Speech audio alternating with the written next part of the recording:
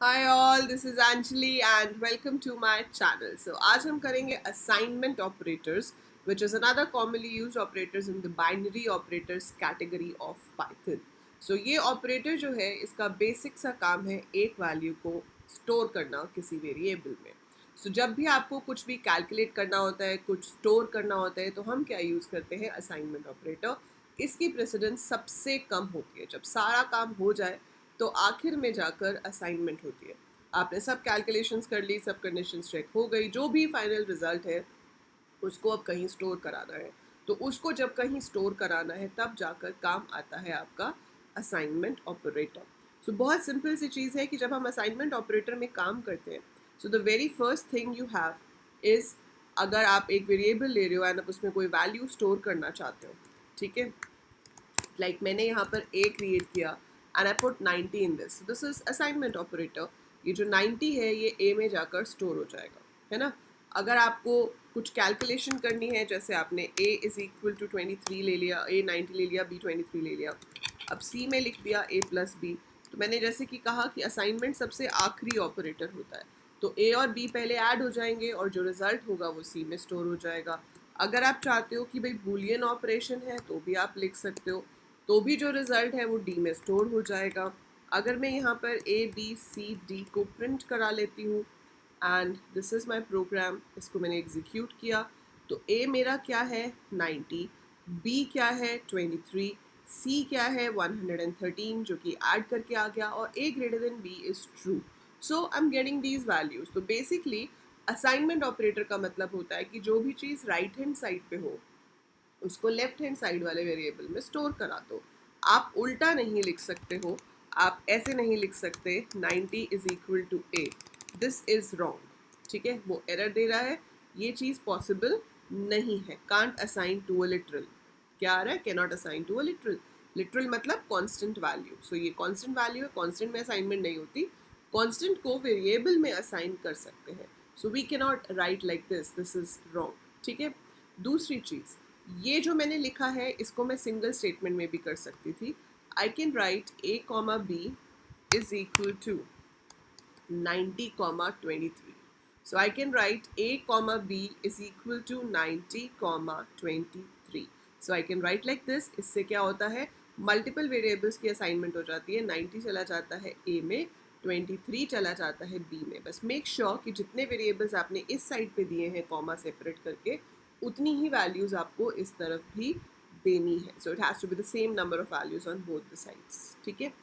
एक और तरीका होता है असाइनमेंट में कि अगर आप तीन वेरिएबल्स में सेम वैल्यू चाहते हो, आप चाहते हो ई एफ जी तीनों में ज़ीरो आए, तो एक तरीका तो है मैं ऐसे लिखूँ, है ना। So this is lengthy. I can do one thing, मैं लिख सकती हूँ e is equal to f is equal to g is equal to 5 and then I am going to print e f g. So आप यहाँ पर देखोगे कि 5 गया पहले जी में, फिर वही 5 गया एफ में, और फिर वही गया ई में।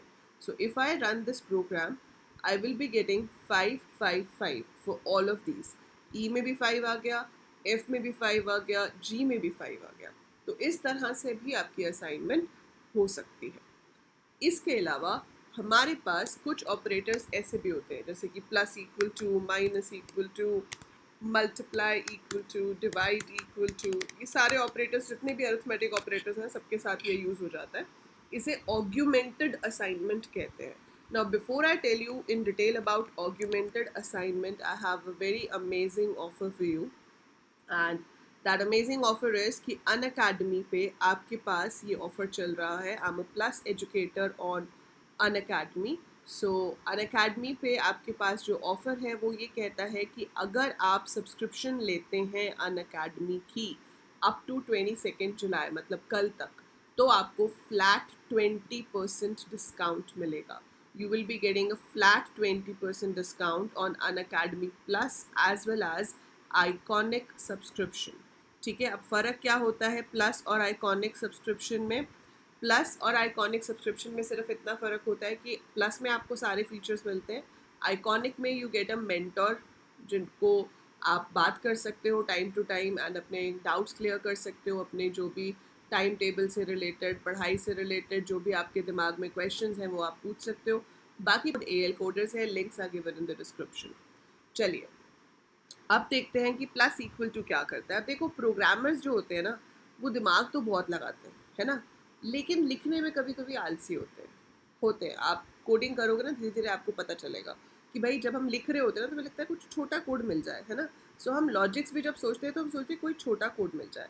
तो अगर मुझे ये लाइन लिखनी पड़ रही है, sum is equal to sum plus A, something like that, या मेरे को a is equal to A plus B लिखना है, तो अगर मुझे a is equal to A plus B लिखना है, ये तो छोटे छोटे वेरिएबल्स हैं, जब ज़्यादा बड़े नाम होते हैं तो ज़्यादा प्रॉब्लम आती है।